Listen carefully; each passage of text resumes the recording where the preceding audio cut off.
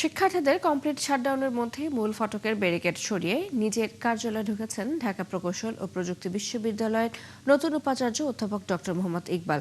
বলেছেন, শিক্ষক কর্মচারীদের সর্বসম্মতিতে তিনি কার্যালয়ে যান। পরিস্থিতি দ্রুত স্বাভাবিক হবে বলেও তার আশা।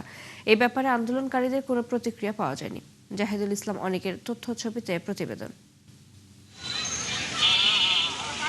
নিয়োগ পাওয়ার প্রায় ৮ দিনের মাথায় তিনি ক্যাম্পাসে প্রবেশ করতে পারলেন। বৃহস্পতিবার দুপুরে তিনি সর্বোচ্চ নিরাপত্তা নিশ্চিত করে বিশ্ববিদ্যালয়ের মূল ফটকের ব্যারিকেড সরিয়ে ক্যাম্পাসে প্রবেশ করেন।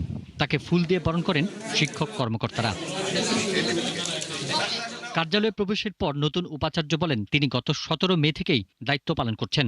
এই সময়ে শতাধিক নথিপত্রেও সই করেছেন। উত্তরা থেকে অফিস করেছি এই ইউনিভার্সিটি, এটা যখন বিআইটি ছিল তখন উত্তরা থেকে করেছি। আমি তো রাস্তার ওই পার থেকে করেছি। এটা তো রুলস আসি। আমি জয়েন করার সাথে সাথে আমি বলছি যা যা দরকার সব আমার কাছে দেন, because I am all the vice chancellor doing. Rules and regulation আছে। যোগ দিয়েই নতুন ভিসি শিক্ষক কর্মকর্তা কর্মচারীদের বেতন ভাতার কাগজে সই করেন। এতে তারা উচ্ছ্বাস প্রকাশ করেন।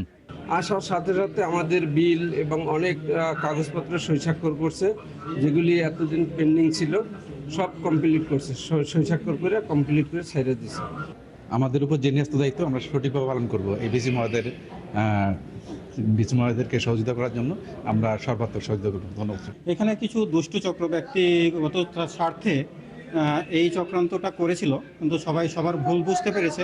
সবাই একত্রতা প্রকাশ করে বহু জ্ঞান ফেসাদ হওয়ার পর এখানে উপস্থিত হওয়ার কারণে কর্মচারী সমিতির পক্ষ থেকে এবং সবাই মিলে মিষ্টি খাওয়া। তবে কমপ্লিট শাটডাউন থাকায় ক্যাম্পাস প্রায় ফাঁকা। আন্দোলনরত শিক্ষার্থীরা ক্যাম্পাসে ছিল না, তাই ভিসি ক্যাম্পাসে প্রবেশের পর শিক্ষার্থীদের কোনো প্রতিক্রিয়াও পাওয়া যায়নি।